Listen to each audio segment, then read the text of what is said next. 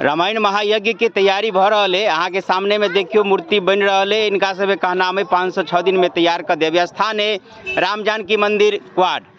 आ 6 अप्रैल से एठाम महायज्ञ प्रारंभ है। 5 अप्रैल के कलश यात्रा है।